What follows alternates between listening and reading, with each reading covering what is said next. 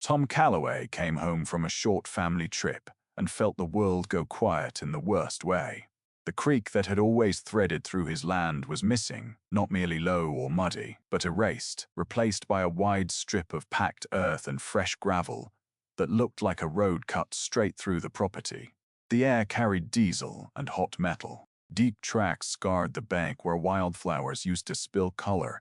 The water's familiar sound was gone, replaced by the dull hush of damaged ground.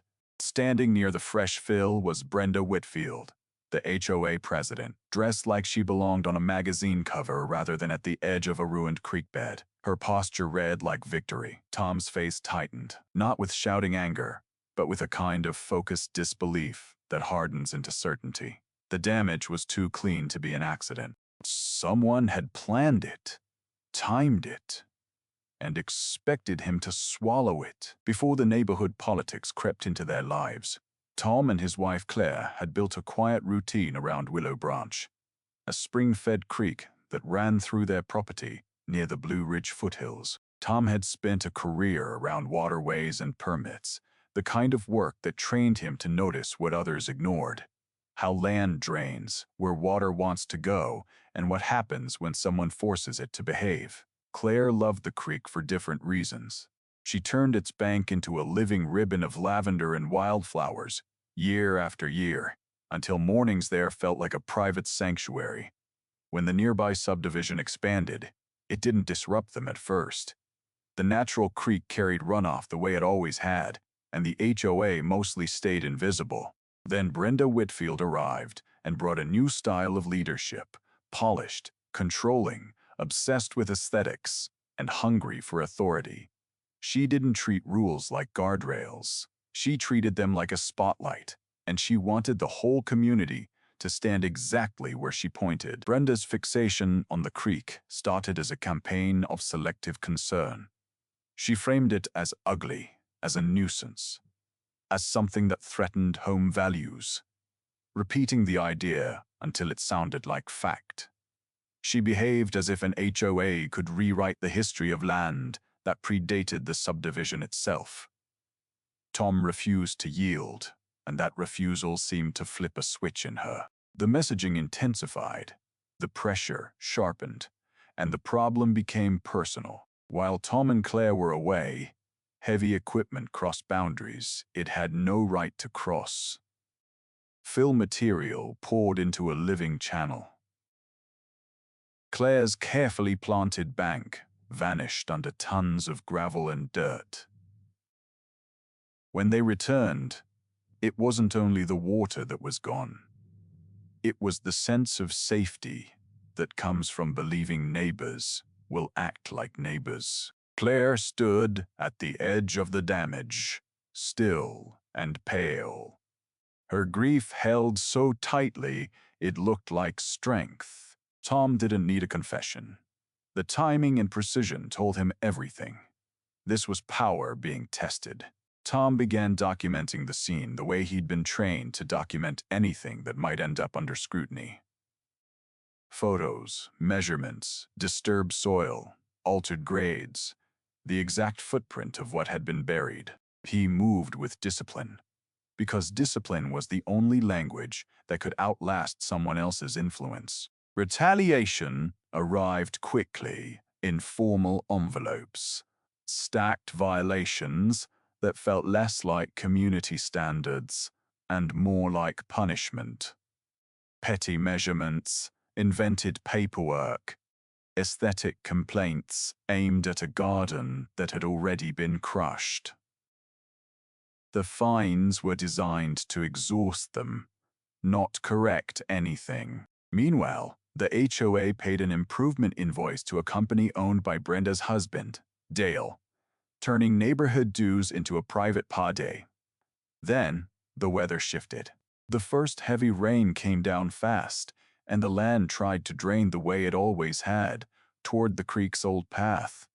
With that path blocked, water searched for new routes.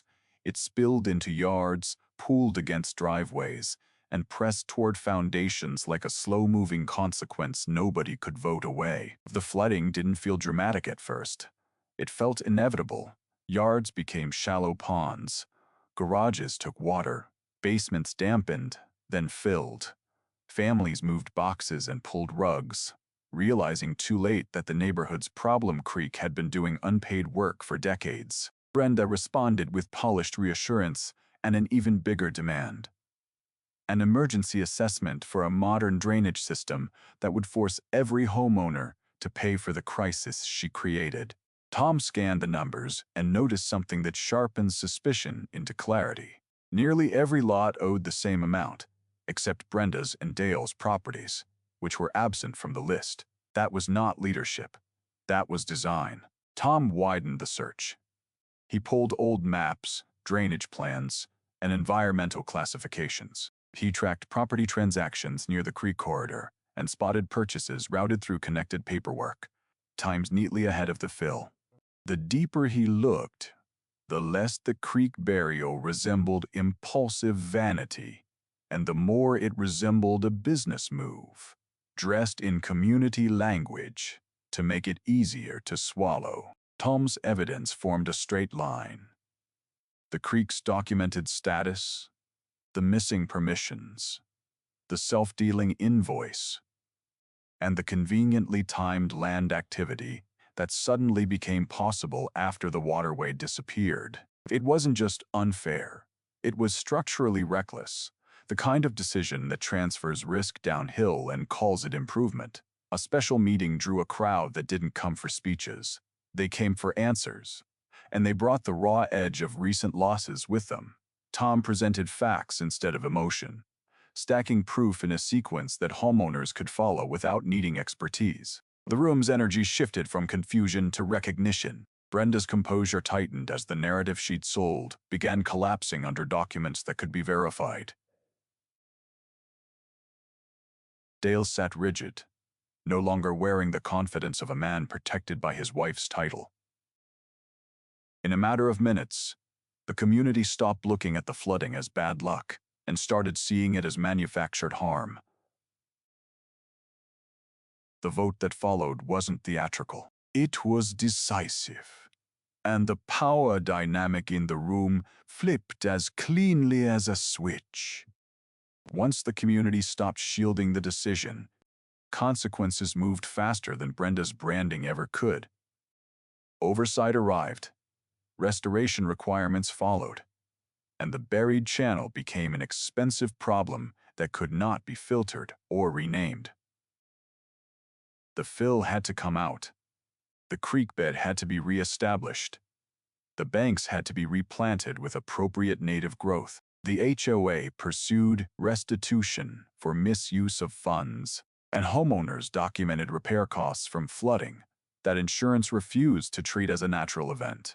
The development hopes tied to the buried corridor collapsed under scrutiny, leaving behind strained finances and a reputation that spread faster than any neighborhood newsletter. With new leadership, meetings became transparent, rules became reasonable, and fear stopped being a management tool. By spring, Willow Branch ran clear again, a living line through the property that sounded like normal life returning.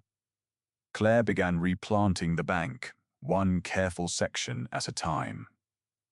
If anyone watching has lived through HOA power trips or quiet corruption, this is the moment to share it.